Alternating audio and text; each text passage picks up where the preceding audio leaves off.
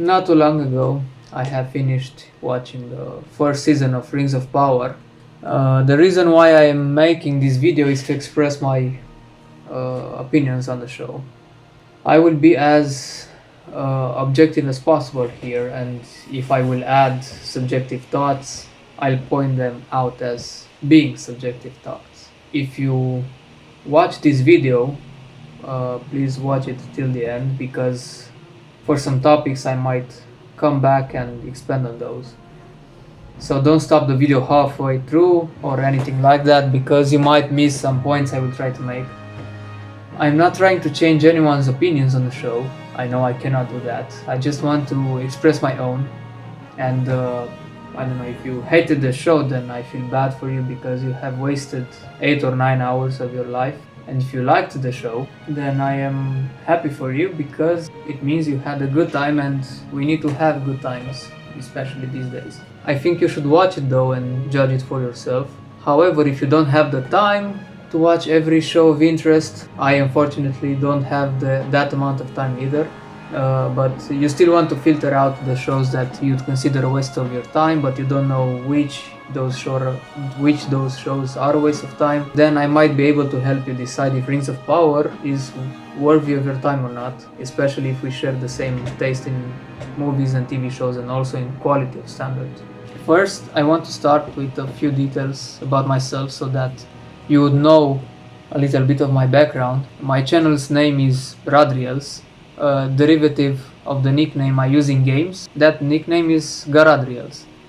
And if that sounds familiar, is it because I took inspiration from Galadriel's name? I have used Galadriels as my nickname for almost a couple of decades now, and I love Galadriel as a character. I love Lord of the Rings, and I love other franchises as well. My top 3 being, in no particular order, Lord of the Rings, A Song of Ice and Fire, and Witcher. I love other franchises as well, like the King Killer Chronicles series by Patrick Rothfuss, the Legacy of Kain games, which, if adapted properly into a show, it has the potential to be my favorite one. But those 3 franchises that I have mentioned, that top 3, shaped my taste in movies, games, TV shows, music, and other things. But the first one that I have discovered and influenced me the most was Lord of the Rings. So that and the other franchises that I have mentioned made me appreciate what is a good book and what is a good movie or a TV show in terms of writing, characters, dialogue, production, cinematography, direction, sound design, visuals, visual storytelling, and so on. The last things apply to games as well. Like, I think the Witcher trilogy of games is the best fan fiction out there. It is a fan fiction, an excellent one, since it is not canon, and it expands on the original stories without fundamentally changing anything from them. So I understand the terms of quality and fan fiction. Okay, now I'll move on to the actual show at hand, and is Rings of Power objectively the worst show ever made? No, it is not. That spot is for other shows. Should you cancel your subscription because of it? No. After the disappointing ending of Game of Thrones Season 8, those who cancelled their HBO subscription missed Chernobyl, which was fantastic. I cannot wait for The Last of Us, since it has the same producer as Chernobyl. And Amazon still has good and great shows like The Boys, Terminal List, Invincible, and other shows that I might not know about. So no, you should not cancel your subscription. The real question is, if you don't have a subscription, should you get one only for the Rings of Power? So to help you decide that, or if you just want to listen to me, I have my following points to make. First of all, I will talk about the show not from a proper adaptation point of view, because it is not an adaptation. I realize the producers changed many things from the source material, that being because of rights issues, ill intent, or lack of adaptation talent. I don't know. I don't care at this point. I learned that I shouldn't care as much about the source material as I normally would when watching this show, and I did not lower the grades I gave each episode because of that. But this is very important.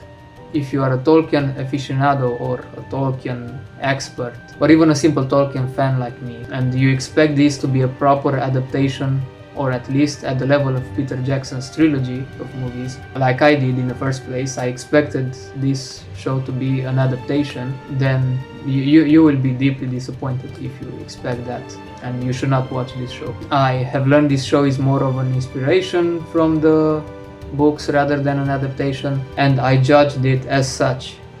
However, the things they try to adapt from the books, those things I did judge as they should be judged. I don't know, to make myself more clear here, they fundamentally changed Galadriel's character. They changed the origin of Mount Doom, they created an origin story for Mithril, they invented new characters, I don't know, and so on. These are deeply rooted in this show's narrative, and I consider them to be new things inspired by the books, and I try to judge them by what they are, not by what they should have been. Otherwise, this show is a failure from the start. So if I don't judge them as such, then yeah. Now, did these changes affected me in some way? Again, absolutely. But I understood there is no way back, so I moved forward with what was presented. But other things like elves, Numenor, Numenorians, things that are clear they try to adapt, I did take those in consideration when I ranked this show. And when talking about negatives, I will draw some comparisons to other shows or movies, especially the Lord of the Rings trilogy and House of the Dragon, since Rings of Power was marketed as Amazon's Game of Thrones, and both these shows came out almost at the same time, so there will be some comparisons there. I will start with the positives now. The orcs were done well. Their looks, their movement, their voices, the actors behind all that makeup, which was also excellent, all of them were good. I was pleasantly surprised by them. I think the fight between Theo, Bronwyn and that orc near the end of the second episode was very good. It was gritty and brutal, and the orc was actually scary. It is unfortunate they did not do something like that again in this show. Next, I liked Adar or Adar. He was a good tragic character who had a couple of stupid decisions, but he was a good character altogether. I would not consider him to be the villain or a villain or whatsoever. Yeah, he is just a tragic character, but he was good. And I also liked the actor that played him. And he was also the most elf-looking elf in this show. So yeah, that's another big bonus from me. I liked Elendil. The actor who played him was good. I just wish he was developed more than he was, and that we would have seen more of him. I really liked Elrond and Durin and their chemistry together. And much to my surprise, I liked this as well. In spite of the interviews and everything the actress said before the show aired, she did a good job. I liked the chemistry between her and Durin, the way she acted. Now she has a small part in this season, but so far she was good. I also liked the visual effects from episode 1 and 2 and how the Mount Doom eruption looked. I also liked the visuals from the last episode. The official soundtrack is very good. Bear McCreary, sorry if I mispronounce his name, but he did a very good job composing for a fantasy TV show. And I cannot wait for the next God of War since he is the composer for that as well. And I also think the actor who played Halbrand was decent. Yeah, he was decent. And I think that's it. And now, before moving on to the negatives, I must repeat myself that I'm not trying to convince you to dislike this show. If you enjoyed it, that's okay. I have my fair share of guilty pleasures. But objectively, I know they have problems. If you blindly discredit any criticism of the show, well, that will not make the show any better. Now that I think about it, I must say that I feel bad for the people who really worked on Rings of Power. I guess that as a producer, editor, set design and so on, seeing the negative reviews might have had a toll on them. I feel sorry for them because I'm sure they wanted to create the best thing they could. I don't think that anyone would invest time and energy to create something with the intention for it to be poorly received. Except the She-Hulk writers, who blatantly admitted that they actually did that. And I know that any negative review might take away a part of the enthusiasm and creativity these people can bring. But these reviews are also helpful, and I hope that the people involved in this project are able to take the valid criticism from the reviews and improve, I don't know, their next work or next season. And this is very important. They need to get the valid criticism. They should not disregard any negative review and consider it being done with ill intent, because if they will do that, then we will get the same level of quality from them in the future instead of getting something better. Now, I want to mention the grades I gave each episode and the grade for this season as well. Oh, the overall grade. I gave a grade from 1 to 10 for each episode. And the way I gave that grade was I started from a 10 and subtracted from there whenever it was the case to do it. The grades that I gave each episode are 5 for episode 1, 6 for episode 2, 6 for episode 3, 4 for episode 4, 6 for episode 5, where initially I thought it would be a 7, but I stick with a 6, 7 for episode 6, 4 for episode 7, and 6 for episode 8. And now if we do the math, we would get an average of 5.5. And I think the overall grade for the entire season is close to this. I think the entire season is a 5. Almost a 4, but no, I think I'm gonna give it a 5. I admit I was too generous with some grades, because at one point I thought that the show began to have momentum, and the naive Tolkien fan in me thought they could still pull a good show. So I was overly optimistic in the last few episodes, but in the end those were my overall grades for the first season, and yeah, a 5 out of 10. I think this grade best resembles this show in its entirety.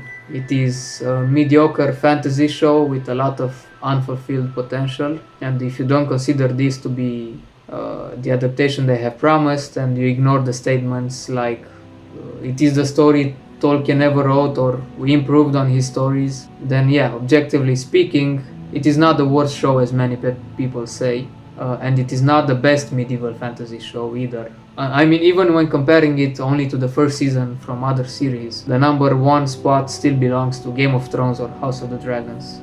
Let's see how that ends up. So yeah, it is just mediocre. If you don't consider it as an adaptation, it is a 5 from my point of view. Now let's talk negatives, okay? I will leave my personal or subjective points at the end, and I will label them as such. And I will start with the main protagonist, which is conflicted Galadriel. Again, in this review I won't consider the fact that they changed fundamental things about and around her, like her reasons and motivations, like, I don't know, no Celeborn, no children and so on.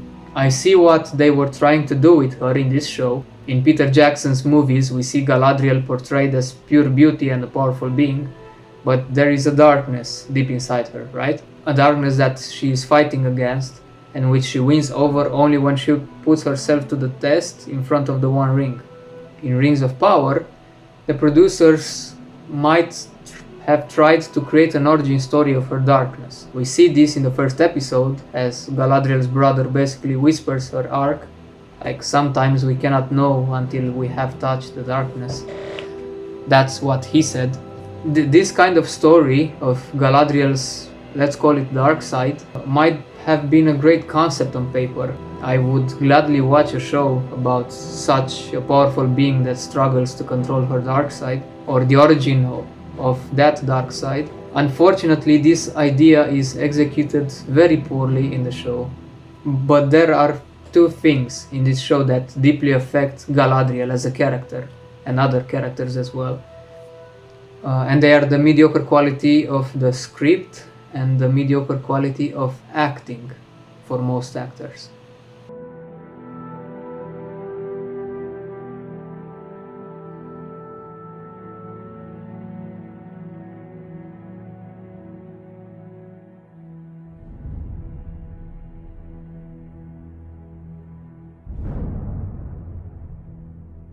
In case of Galadriel, the actress looks like a young version of Kate Blanchett, and Actually, the way the actress looks was the highlight for me when I saw the first promotional photos for Rings of Power. I thought that she has the looks of a younger Galadriel and I could not wait to see her, but then unfortunately her acting in this show proved to be not that great. I cannot say for sure that she is a bad actress because this is the first time I saw her acting in anything, but in this entire season there are only 2 or 3 scenes where she did a decent job as Galadriel. For example, the scene where she and Elrond meet. I liked her there in the first seconds, though, until she... conflicted. And also the scene where she and Halbrand have a moment alone after the battle from episode 6. She acted decent in that scene as well, but in any other scene her acting is weird at best. She does these grimaces which do not help her at all, and add to the fact that the writers of the show wrote her as an impulsive, toxic person who manipulates, commands and demands, and you get a character who should have been a fan favorite, at least for me, but it turned out to be not only unlikable but cringe at times. And there are only 4 characters in the entire season that Galadriel does not argue with. You can count them on one hand, like I don't know, we have her brother, then we have Gil-galad, which, to be honest, she doesn't get the chance to argue with him, although her intentions of arguing are clear. And then we have Bronwyn and Arondir. She argues with every other character she interacts with besides these 4. I don't know, I might count Theo there as well, but no, I will only count these 4. Again, I see the intention behind her arc, but the execution is done poorly by the actress and the directors who should have directed her better. And here is a small rant from me. I don't have many views on my channel, therefore I don't have many comments. The first comment that I got on my first Rings of Power reaction video was that I am a sexist, racist hater. I know this comment appeared only because I criticized that episode, and I am sure that the person who wrote it, or the others who were in the same mindset from the get-go, they thought that I don't like strong female characters. What these people do, people who on any online platform argue for movies and shows like Rings of Power, She-Hulk, or other shows that won't stand the test of time, these people don't understand the definition of a strong female character. A strong female character is a strong character who is female, not a strong female who is a character in a show. They may not see it, but there is a big difference there. A strong character is layered or deep, is complex. Its portrayal and motives and story should be unapologetic. However, these traits should also be logical and real. Even if you come to hate a strong character or not, or sympathize or empathize with it or not, even if it does or does not evolve along the story, a strong character remains a strong character, not a character who happens to be strong or masculine. Adar was a strong character in Rings of Power. He was portrayed as ruthless, almost savage, but he was calm, calculated at times. He had a spiritual aura around him. He was a leader of Uruks who loved them, and they loved him. All these while still being affected by the elvish life he had before he was corrupted. That character was a strong one. Now, what can you say about Galadriel's character in comparison? Maybe only that she was vengeful or impulsive. Now, of course, Adar was male, not female. Well then, I don't know, what about Kim Wexler from Better Call Saul? She was a strong female character. How do I know that? Well, with a troubled childhood, being raised by a problematic mother, she fought to become one of the best lawyers, and when she reached the peak of her career, she decided to work not for money but for those who could not defend themselves. She also had this chaotic side of her that made her feel good at the expense of other people's suffering, and when she realized that, it was too late because she already ruined lives. She had the duality of doing almost evil things, while the other side of her was defending the undefended. Now, how would you compare Galadriel to Kim from a character point of view? Of course, you might say that Kim got her arc through multiple seasons, which is right. But let's be honest, with the writing quality presented in this show, in Rings of Power, they will not do anything that comes near to that level of characterization with Galadriel. I don't know, I give you another example from the same universe and done in just a few hours, not seasons. So, I don't know, we have Eowyn, daughter of Eomund, which suffered the loss of people close to her since she was a child. And she physically prepared to fight, only to be refused and forced to stay behind. And her conviction was that any person, big or small, strong or weak, should fight for themselves or others, and always against evil. She gives this chance to herself and to a hobbit who shares her conviction, and while drowned in fear before the battle of the Pelennor fields, they ride together and fight and kill the Witch King of Angmar. Now, how would you even begin to compare the character of Galadriel from Rings of Power to Eowyn from The Lord of the Rings? You can also make this exercise with any female character from Game of Thrones or House of the Dragon, or any character of color from House of the Dragon at that matter. They are stronger characters than this Galadriel can ever be, actually. I don't know, if you would like to create a strong female character that is strong, then look what Arcane did. That show is great, is excellent, and it has great and strong female characters. My point is that I love strong characters regardless their physical strength, sex, race, or skin color, but I also do recognize weak characters. The difference between people like myself and people blindly using words like racist or sexist is that, as I said, I'm looking for strong characters regardless their sex or race, because the sex and race of a character are character traits or attributes, not character qualities. Those other people, which are at the opposite end. We're seeing our first black elf, we're seeing the first female dwarf, and I'm very looking forward to looking at that. They are looking forward to see characters with different sexes and different races, regardless of them being strong characters or not, because for them, the sex and race of a character are qualities, not simple character traits, which is an awful way of thinking, because by definition, that is sexist and racist. And if strong characters cannot be delivered, we should see at least good production value, good action, good cinematography, good shots. But there isn't much of that either in Rings of Power. Now, moving on, and to avoid talking too much about specific characters, I will talk a little bit about Arondir and then switch to other topics. But not to worry, I will briefly mention things about other characters in those other topics. So Arondir could have been an interesting character, but ended up being a boring one. That is because the actor was not fit to play an elf. He cannot display any emotion whatsoever. He is too stiff. His face was bland for the entire show in any situation.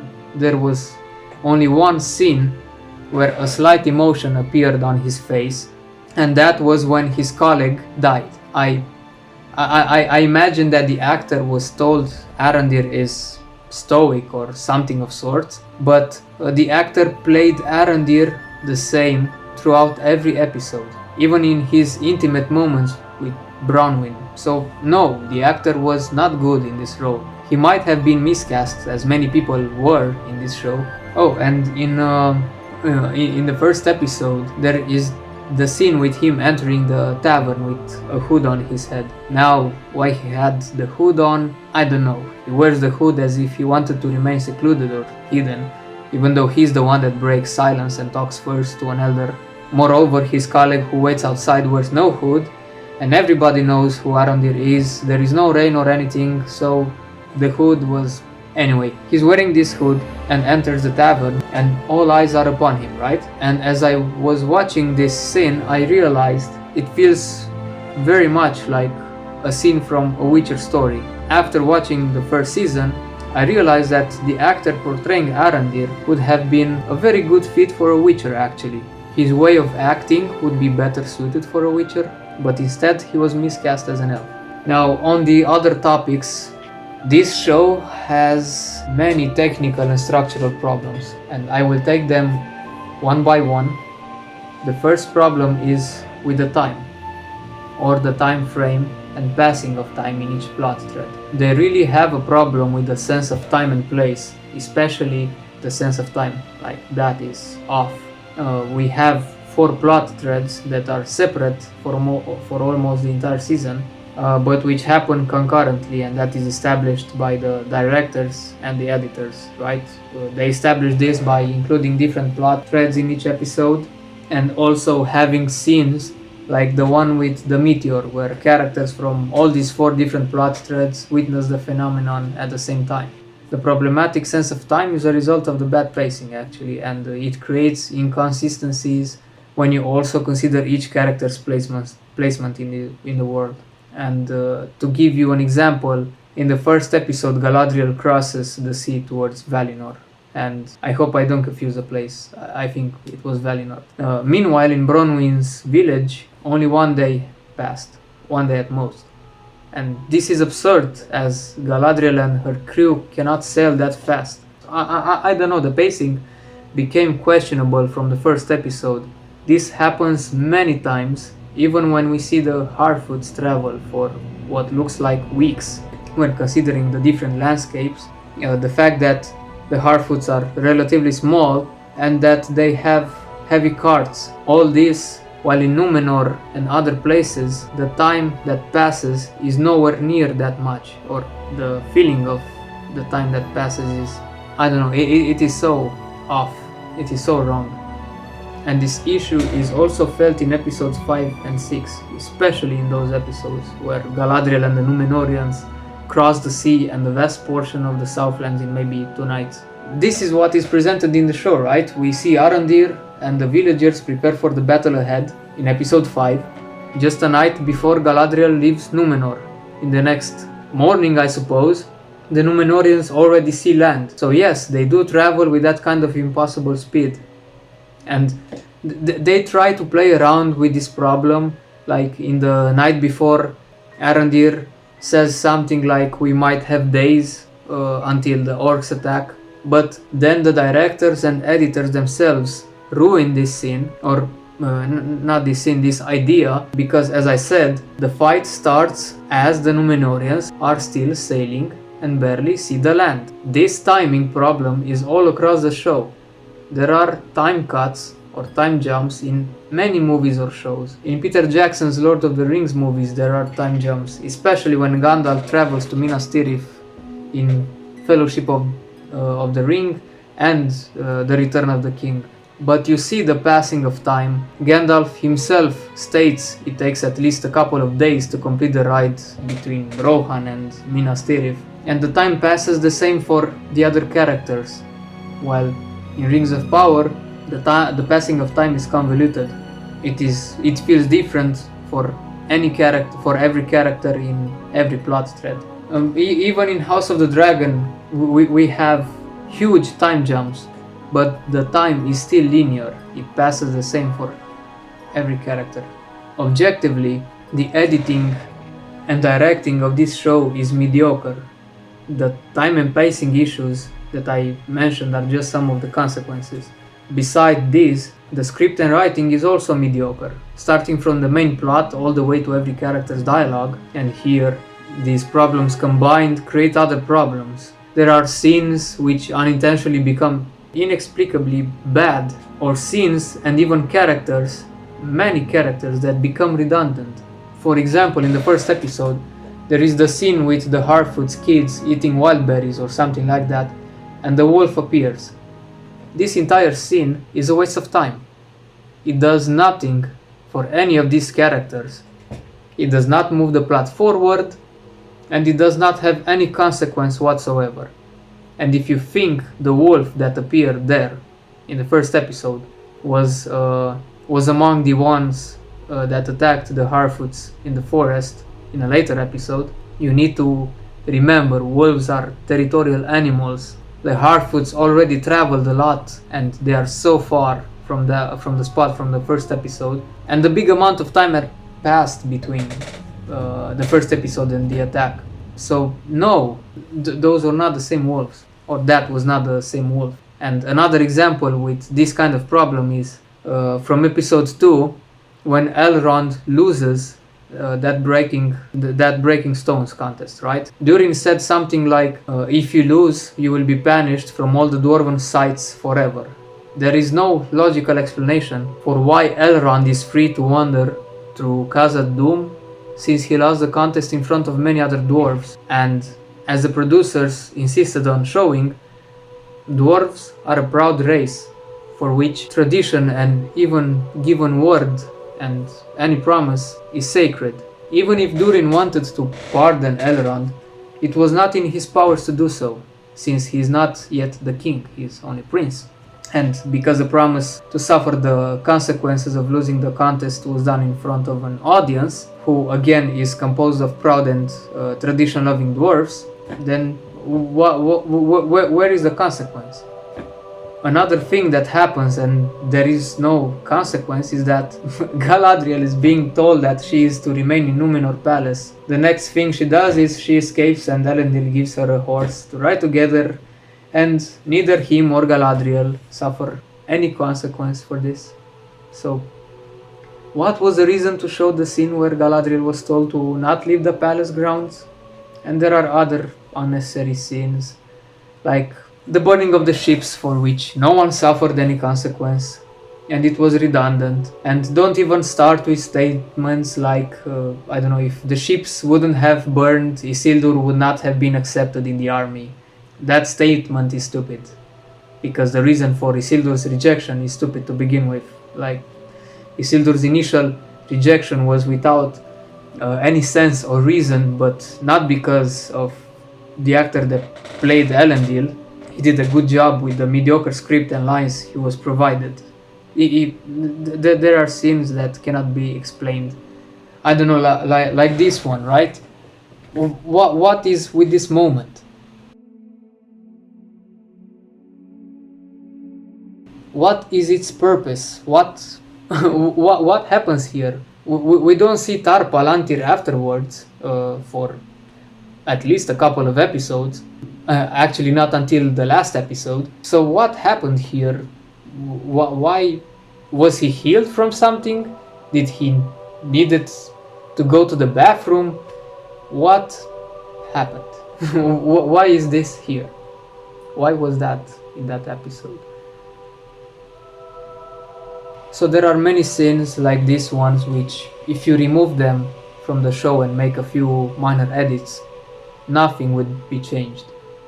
If you removed the scene where the Harfoot kids eat berries, the show would be the exact same. And this applies to other mentioned scenes as well, so why waste our time with this? They don't move the plot forward, they don't develop any character, they don't show anything of value, they are just filler.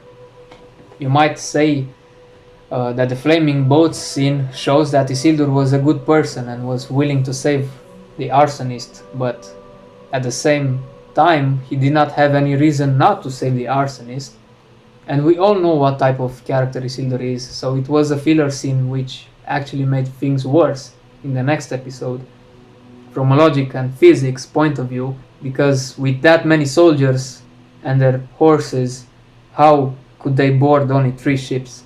And to be fair, the contest between Elrond and Durin was a little entertaining, but it was a filler all the same. And don't get me started with Nori's scene saying goodbye in the last episode.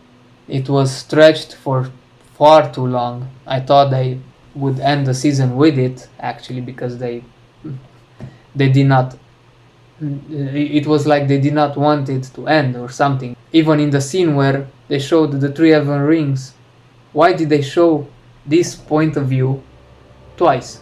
The second time it was used as a transition, so why not show only that transition, only that frame, or the frame only then? I don't know.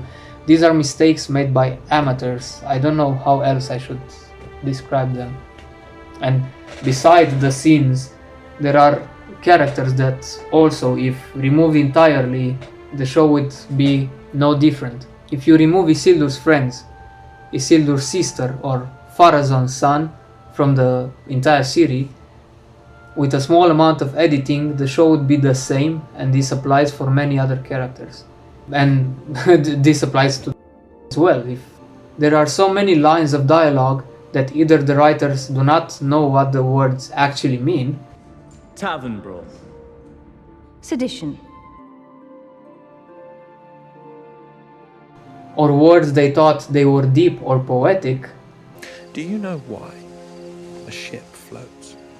It is said the wine of victory is sweetest for those in whose bitter trials it is fermented. or atrocious lines of dialogue, You don't know what's down there. That is the reason I must go. or lines of dialogue that might mean something but are ruined by the acting. There is a tempest in me. And besides the text used as dialogue, even some of the episodes' title don't make sense. Like the title for episode 4, The Great Wave, which has no weight. The title has no weight because that great wave is only a premonition. It did not happen. The episode where the great wave actually appears should have been called that, and leave the title for episode 4 something like, I don't know, a vision or premonitions or anything like that. Or the title for episode 7, The Eye. Why is it called The Eye? What eye? Queen Muriel's eyes or something? What eye do they refer to? So no, I'm not nitpicking, because the show is literally filled with scenes, character, information and dialogue that add or mean nothing. Regarding the unnecessary characters, which are invented by the producers, you might say that maybe they seem to be irrelevant now but will be more significant in the future.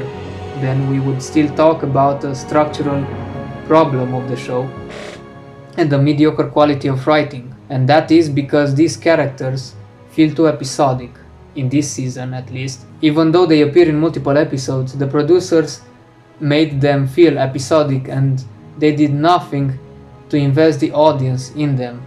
And they become stale. Most of the audience might even forget about them until the next season or seasons. It is a structural and writing problem, because when you create multiple episodes with multiple characters, you introduce those characters if they become relevant to that season's narrative. If you want the audience to know about their existence in the world, you can do other things like have some characters talk about them. Isildur could have mentioned his sister in a dialogue with Elendil, and then introduce her in the show when she becomes relevant to the story. To give you an example of introducing characters when they are relevant, Oberyn Martell, a secondary character, appeared for the first time in season 4 of Game of Thrones, right? Well, imagine if once every 2 episodes in each season until season 4, we would have seen him in random scenes, banging someone or doing something else. It would have been random and most probably a waste of time. Another example, Gustavo Fring in Better Call Saul. Now, I don't talk about him in Breaking Bad because the producer did not necessarily have him in mind until the season where Gus actually appeared. But in Better Call Saul, we knew about his existence in this universe.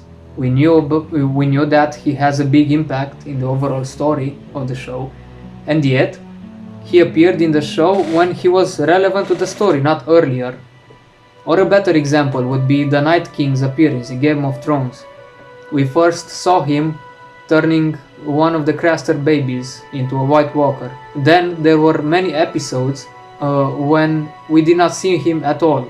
Coming back to that scene was not random or redundant or irrelevant. It had a purpose. We became aware of his presence. It was a revelation on the mystery of why did Craster did not have any son and what actually happened to his sons.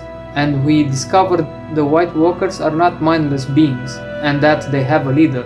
To end this topic about these unnecessary characters, delete them, no one would mind. Or put them on screen but with a purpose, otherwise they are there to only fill up the screen and extend the runtime. Moving on, a negative aspect of the show, also created by the mediocre directing and editing, is that the show is indeed slow, but also feels rushed at the same time. In each episode, we have the feeling that many things happen, but the plot moves so slow. It is actually interesting how they manage to do that. It is in every episode, almost every scene is filled with either characters arguing or doing something. You can cut down each of the 4 plots into only 2 or 3 sentences, yet we have spent 8 episodes without any proper character or story building. It is weird what they managed to create here, and I think a part of this is because while they wanted to tell a slow story, they missed one ingredient. There is not a single moment of silence or a scene where the actors can have their moment and can act. I mean, everything is cut short. There are no quiet scenes where you can feel what characters think, where you can feel what they feel. In almost every scene of every episode, someone is either arguing or fighting, and a few scenes where this does not happen, where characters can have a moment of respite, these scenes are either cut short, poorly edited, or poorly acted. Such scenes would be, Galadriel's moment with Halbrand after the fight in episode 6, or Elrond spending time with Durin's family, or Nori spending time with the Meteor Man. These scenes should have been those quiet moments I was talking about, but they ended up being stale and boring. In comparison, House of the Dragon has so many scenes where characters can act without any line of dialogue. There is either a symbolism to these scenes, or you just witness the story unfold. In the second half of episode 5 in House of the Dragons, at Rhaenyra's wedding, there are entire minutes without dialogue, and you feel every thought, emotion, or intention of each character. In the first minutes of episode 7, no character talks, but you can cut the tension with a knife. In all these moments, I was absorbed into that world. There is not a single moment like that in Rings of Power. Don't get me wrong, I don't expect moments of intrigue or tension generated by political conflict in Rings of Power, although we should have those since we have Sauron in the Second Age. Now, I rather expect some moments of respite, moments when you spend some time with these characters, and almost every attempt at that in Rings of Power is either lackluster,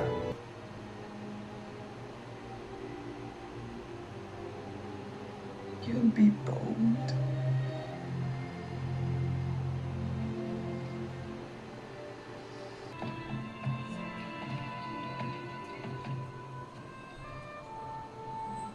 Thank you.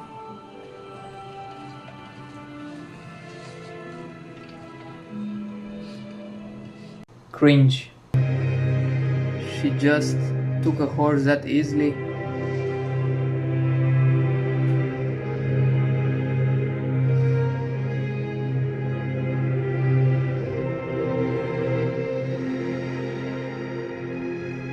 What the fuck?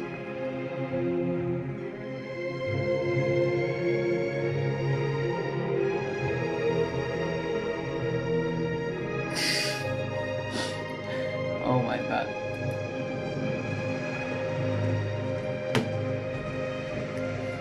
Than anything you have ever seen. How's that? This was a good idea. Or funny.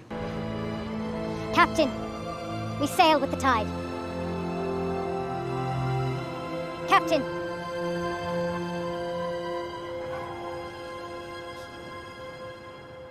Another negative point is coming from the not earned scenes that appeared once every 2 episodes, I think. Scenes that are presented in slow motion without any reason. The death of Arandir's elf colleague.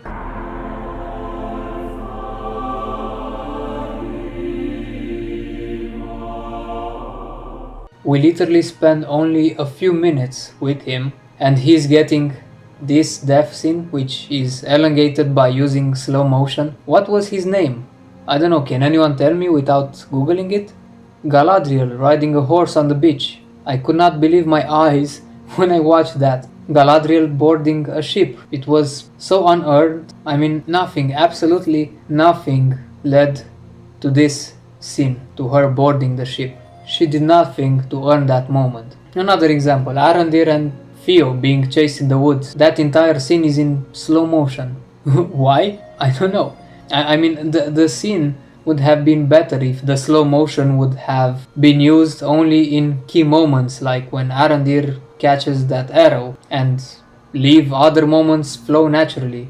Like, I don't know, they're running, or maybe Arandir kicking down Theo.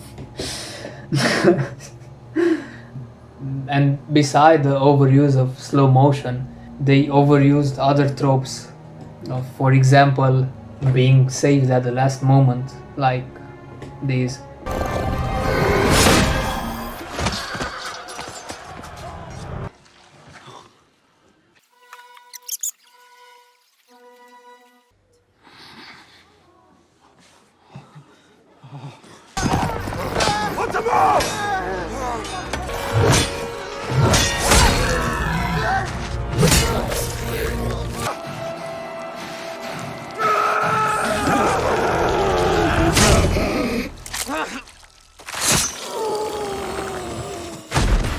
Loosen your arm will loosen your lips.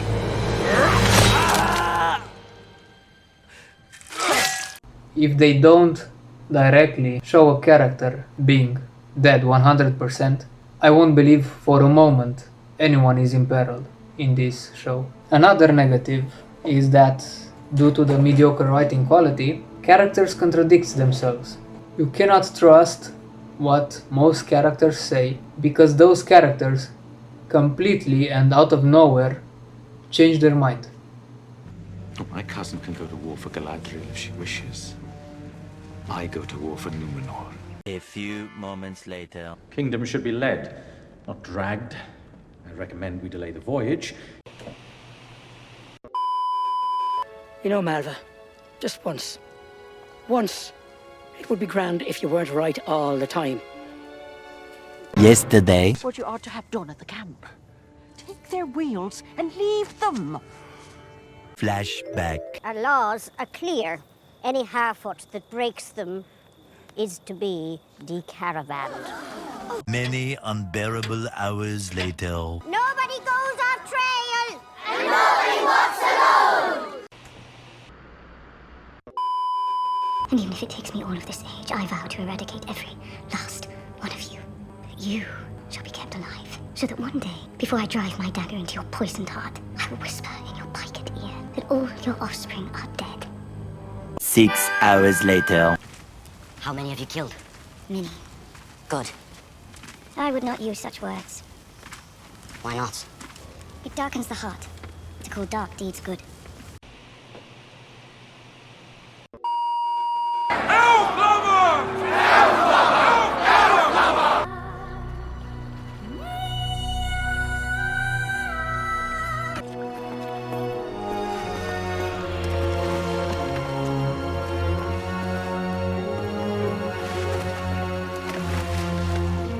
Soon after. So, I've decided to personally escort the elf back to Middle-earth.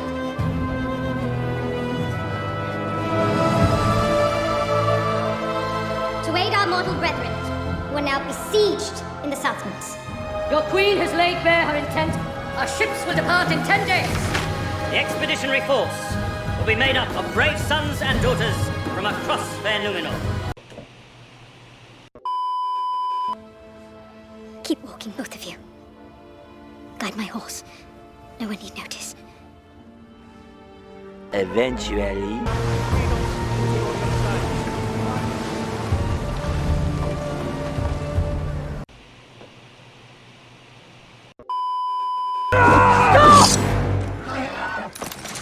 We need him alive. I need him alive. Slavering. Galadriel.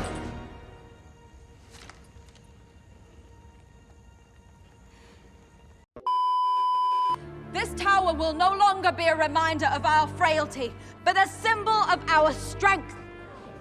Later that night. But a symbol of our strength.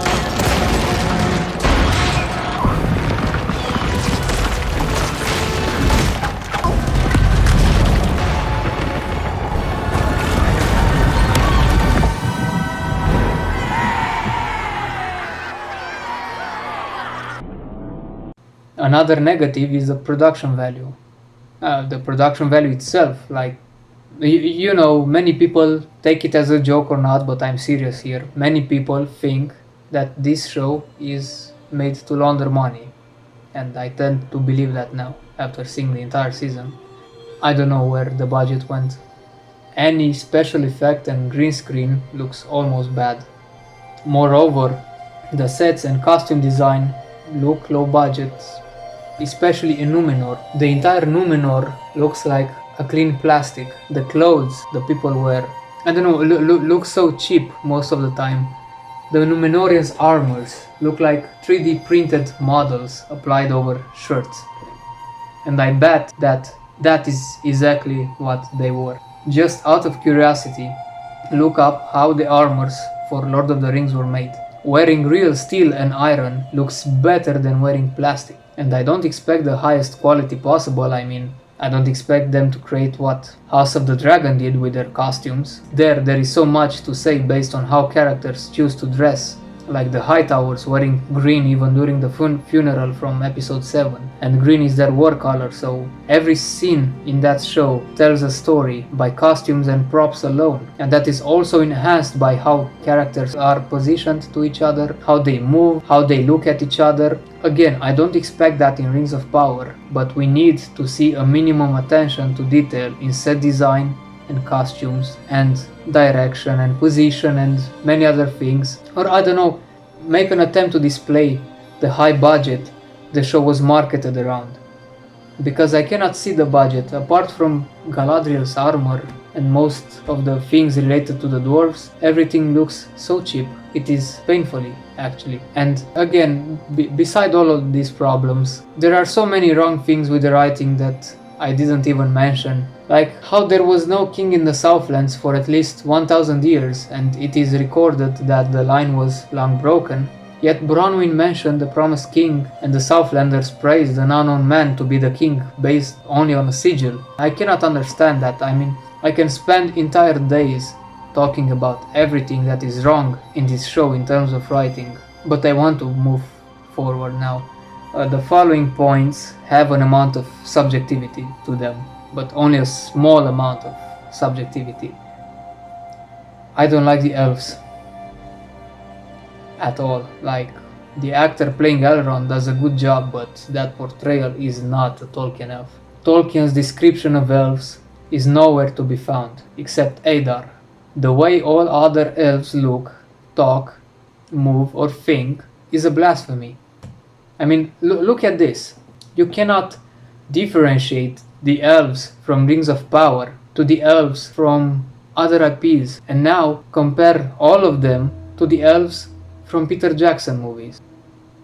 You tell me which ones stand out the most. And it is not only about standing out. The Peter Jackson's elves are true to Tolkien's descriptions. They talk as expected, they behave as expected, they have these movements that feel royal in a way. They feel immortal. The displayed age difference between them is human-wise not higher than a few decades, even though it is clear the actors have different ages. But they all feel and look young and ageless. In Rings of Power there is nothing like that. Celebrimbor looks like my uncle. In Rings of Power the elves are basically only humans with pointy ears and maybe super agility or strength. Although I don't see this Celebrimbor or even Elrond doing any fighting, and we know that they both fight against Sauron at one point, right? That if they properly adapt their stories, but anyway, at this point they will not adapt anything properly. They invent more than adapt. The elves are atrocious. They have bowl cuts or buzz cuts. Their haircuts look so fresh. Who thought having buzz cuts for elves is a good idea? It is not authentic. It is so immersion breaking and sad. And yeah, it is so sad because they did the dwarves excellent in comparison. So what the hell happened? Did they get to the dwarves description and said, okay, that is too much to adapt, we stop here? Another awful thing, and not so subjective opinion this time, is how Numenor is adapted. Because the intention is clear, they wanted to adapt Numenor. In terms of adapting stories, it is another thing like when you adapt story versus when you adapt described places, okay? I don't have words to express how I felt when I saw the mockery they did with Numenor. I don't even know where to begin. I will do just one thing. I will put a text-to-speech narration over scenes with Numenor from the show. The text is from Tolkien's literature, and tell me if they match. From J.R.R. Tolkien's The Silmarillion. Most of Numenor was settled by Edain of the House of Hadar, who were golden-haired and tall, with fair skin and blue eyes, while the northwestern regions of the island were settled mostly by the people of the House of Beor, who were generally dark-haired with grey or brown eyes.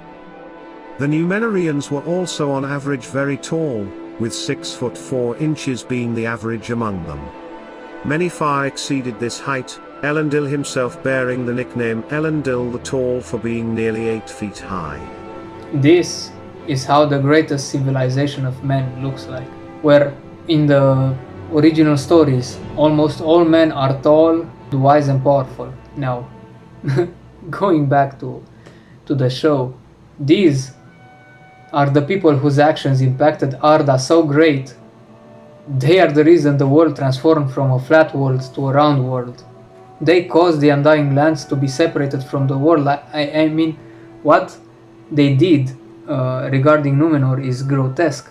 And again, if you expect the producers to be faithful to the source material, don't watch this show. But even if you have not expectations, or if you have no knowledge of anything Tolkien related, this still looks so common, so mediocre. Like, all the Numenorians can be bought with alcohol. It is so stupid. They are only mobs that can be manipulated by anything, especially when you add alcohol to it. Like, I don't know.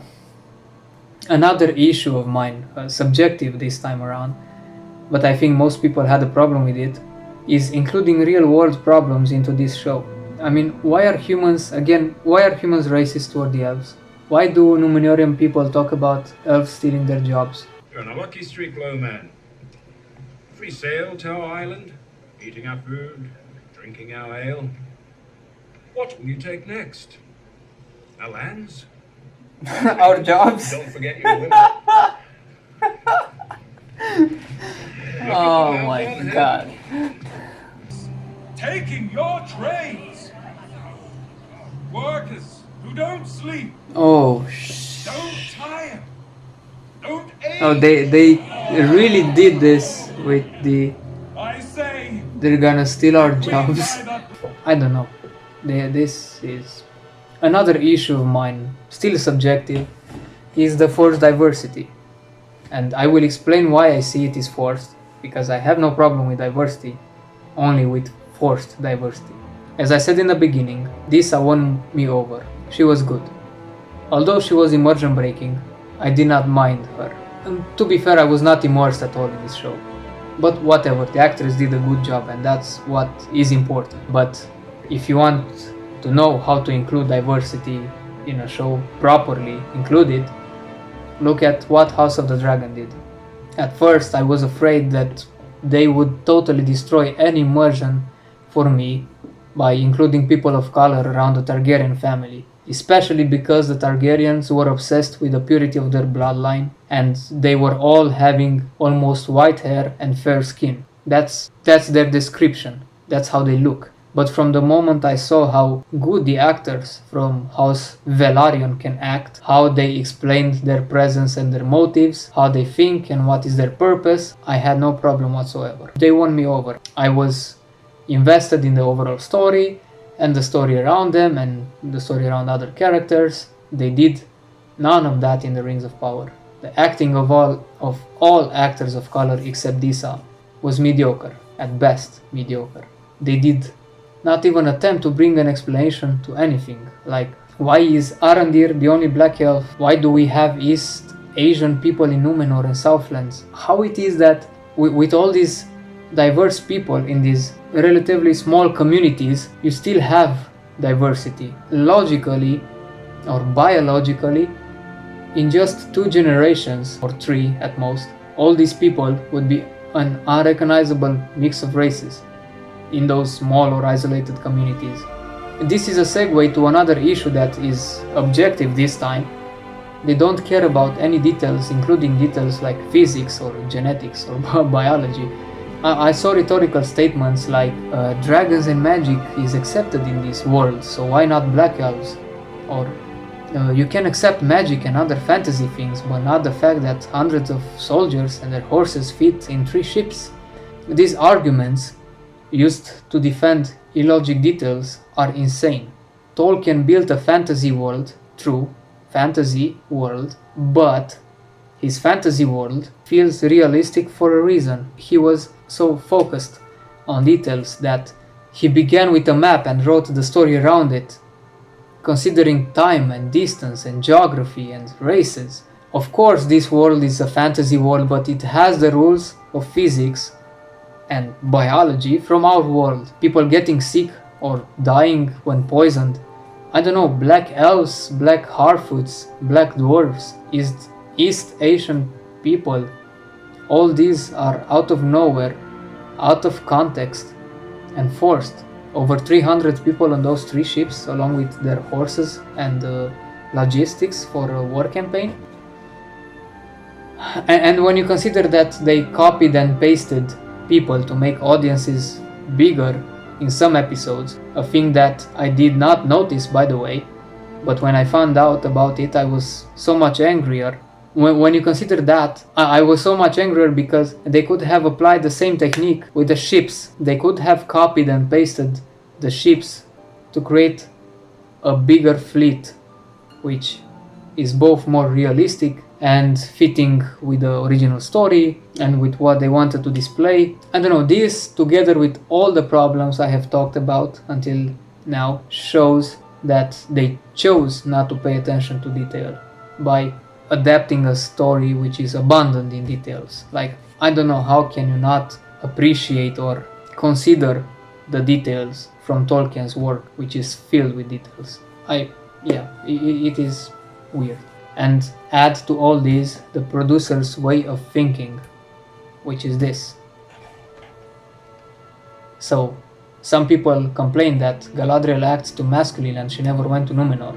And Payne, which is one of the producers, he said, I would love to see in Tolkien where it says Galadriel never went to Numenor. That doesn't exist. What kind of sick logic is that? You cannot and should not think like that when attempting to adapt something. Like, oh, in the original story it doesn't say that this never happened, so it might have happened. No, it is so wrong to think like that when you base what you create on something that already exists. Like, when you adapt something, if you have this way of thinking, you basically do not adapt something. You just, as I said, maybe create a not even a carbon copy. You just copy what you like and change whatever you like. This is not an adaptation.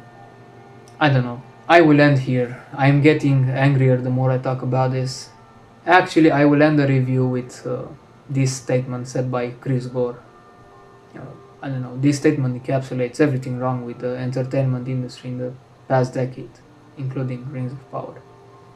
The fact that studio marketing departments care what a small percentage of people, a Twitter mob, thinks about a movie and will thus make changes in a movie. Think about that. They're making changes in a movie because a small percentage of people on social media care about this thing.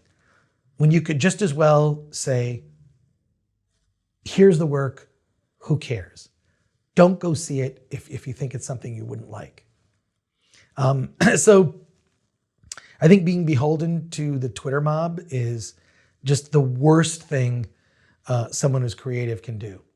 Your job is to entertain me, not lecture me, not lecture me. Your job is to entertain me. Unfortunately, we live in a time, back in the day when Star Wars was first made, I feel like they were checking one box and it was called fun. And now there's a million boxes that must be checked. There are all sorts of noting and committees and this thing. And this is where you end up with